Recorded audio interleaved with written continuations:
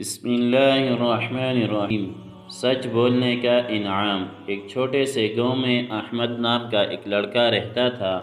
وہ بہت غریب تھا مگر سچا اور ایماندار تھا۔ ایک دن وہ بازار سے گزر رہا تھا کہ اسے راستے میں ایک پرس ملا۔ جب کھولا تو اس میں کافی سونے کے سکے اور ایک چٹھی تھی جس پر لکھا تھا، یہ پرس میرا ہے، جو واپس کرے گا اللہ اسے خوش رکھے گا۔ احمد نے سوچا، میں یہ پرس رکھ سکتا ہوں مگر یہ میرا نہیں، اللہ ہر چیز دیکھتا ہے۔ وہ فوراً بازار کی اور آواز لگائی، کسی کا پرس گم ہوا ہے کیا؟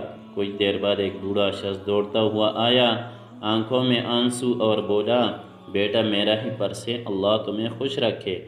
احمد نے مسکرا کر پرس واپس کر دیا۔